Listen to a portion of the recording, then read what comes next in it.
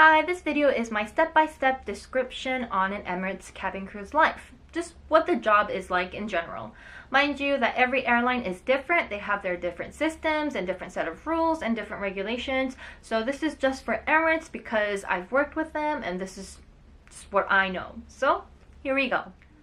First of all, we go through immigration like everyone else. It's just for Emirates, our immigration is in the HQ, not at the airport. Then we move to the briefing room. There you get to meet all your seniors, your colleagues, and just say hi in general, and we do team talk and how just everybody has a different style. So we talk about what our senior style is, and as a crew all together, we talk about different safety and security, different updates and changes, what the service might be, and we get our positions. In Emirates, we get positioned by the door. So the door that we are in charge of kind of defines the section that you'll be working in and just what you will be responsible for. Now after briefing, everybody will move to the aircraft. And the empty aircraft is already all set up to greet the passengers, but there are things that a cabin crew needs to do. So we settle in, do our safety and security checks, and we prepare to greet everyone, like set up the menus and just make sure that everything is in the right direction, if the headsets are there, the blankets are there, if the bathroom is clean, things like that. And once the passengers come in, then we start greeting them. We say hi, or we try to say hi to every single one of you and just make sure that you get a very good first impression. And we also check for people who look too sick to fly, too drunk to fly, or just someone who shouldn't be there, just in general to get the gist and help people out before they are 34,000 feet in the air with no escape. People get drunk faster up in the air. So even if you are a heavy drinker, just put that in your mind. Now, as the passengers come in, there are some passengers who ask us to carry their bag or to ask us to put the bag up in the hat rack.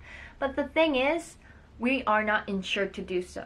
A lot of cabin crews still do it from the kindness of their heart. I mean, if you're elderly, if you have a lot of children, or if you're traveling alone with children, and we are generally nice people. We're not out there to get you, so we'll be really nice, and if you ask us, we won't be able to say no.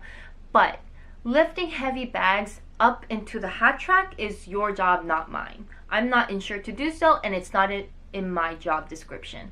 Now, I can ask another cabin crew who is nearby to come and help me put up that heavy bag.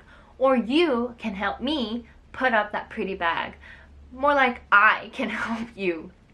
But just there are some times where some people would kind of pretend to hold the bag and let go, and it usually kind of falls on the cabin crew, and the injuries we get from that incident is not considered insurable, and the company doesn't consider that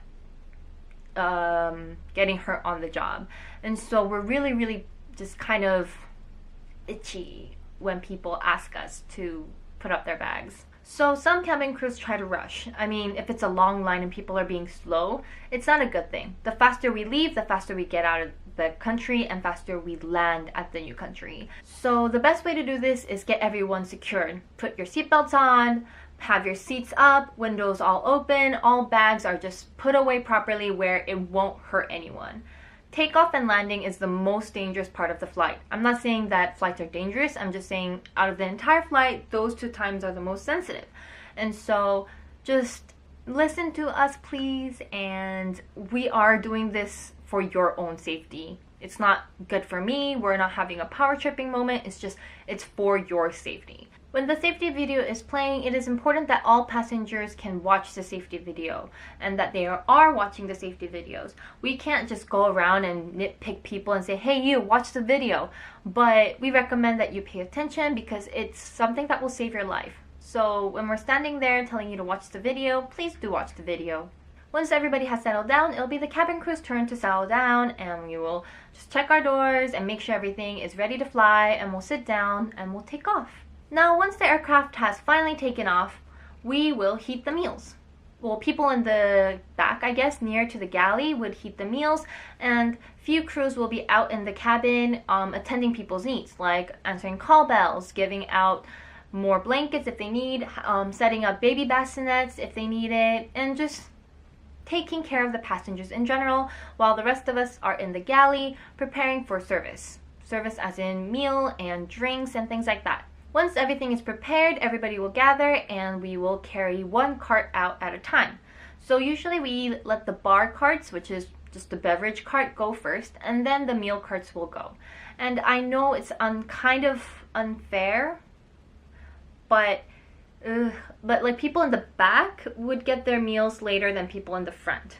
And so we try to do this rotation cycle thing where once everybody in the front gets their meal and by the time it's around in the middle, then the next group of carts will come out, which is the empty carts, to start clearing the meals. It never goes as smoothly as we hope it does because a lot of people look for different things while we are doing service, and we just have to explain to every single person that the beverage cart is behind us, and then there's people who want to go to the bathroom while the meal is being served, so we have to move all the way back, move all the way back in, and just things get slowed down. And it's really unfair for the people in the back who smells the food but doesn't get the food, and it's really unfair people in the front who got the food but who doesn't get it cleared off their chair when they wanted to. Now, we are moving really, really fast. It looks like we're slow, but we are trying our best to attend to everyone's needs and just do the service correctly, but do it on time so that nobody's actually angry. So like I said before, once the meal carts are all out, then goes the clearance cart.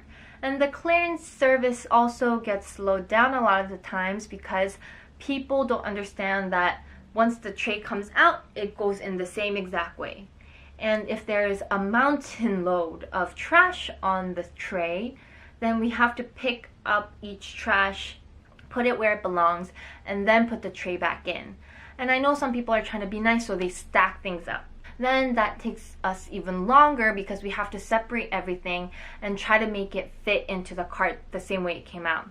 General rule of thumb, don't stack it, and if you see there's a teacup, match the teacup, and the cabin crew will be forever grateful. Now, once all the clearance is done, then we'll do like a final clearance and check if there's any trash left and if everybody's settling in properly, and of course, attend call bells. Everybody is really hungry. Everybody as in the crew. The crew just didn't have a moment to get a glass of water, usually. We try to get some water in between, but it's just really busy during that time.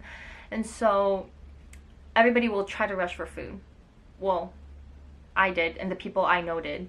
Now, once we finally get to have something to eat and something to drink, then everybody will go around just attending more call bells. And if it's a pretty light load, easy flight, then a lot of us would get to take turns to go to the flight deck and have a conversation with them, let them know who you are so that in case something happens, they know who you are, and just walk around, check out business class, talk to different crews, and even talk to different passengers who are awake and wants to have a little chit chat. We are always welcoming. Now from here we can start a new service after a few hours, or we can just do a snack service where we have drinks and snacks like sandwich or something, or we land. It really depends on how long the flight is. And again, before we land, as I said before, takeoff and landing is the very, very just most sensitive part of the flight. We will ask you to put your seat up, put your seatbelt on, and lift up the windows and put all baggages away. It's the same thing, but people tend to get more sensitive and rowdy because either they are woken up from a sleep or they don't want to put their bag away because it's easier to leave when their bag is on their lap. But safety and security reasons, it's gonna hurt you if something happens. We can't allow that. And so don't fight with us. Please just do it as we tell you. We're not here to power trip. We are here to attend to your safety. Now, once the aircraft lands, even the cabin crew are staying seated in their seat until the seatbelt sign is off. But there are people who get up before the seatbelt sign is off because they think they can. But to be honest, it's still dangerous. Until the aircraft is properly parked, it's not really safe for you to be walking around. Now, once everybody get their bags and leave the aircraft, we are left to do a general security check. We don't really stay to clean the aircraft because that's not our job. I know that some airlines do, but for Emirates, we don't need to. And once everybody is done, we leave together. And that's why you see us all together walking at the airport together to get our bags together and then go through immigration together and leave together at the same bus. Thank you for watching my video. I hope you enjoyed it, and if you like more videos, please subscribe, and bye!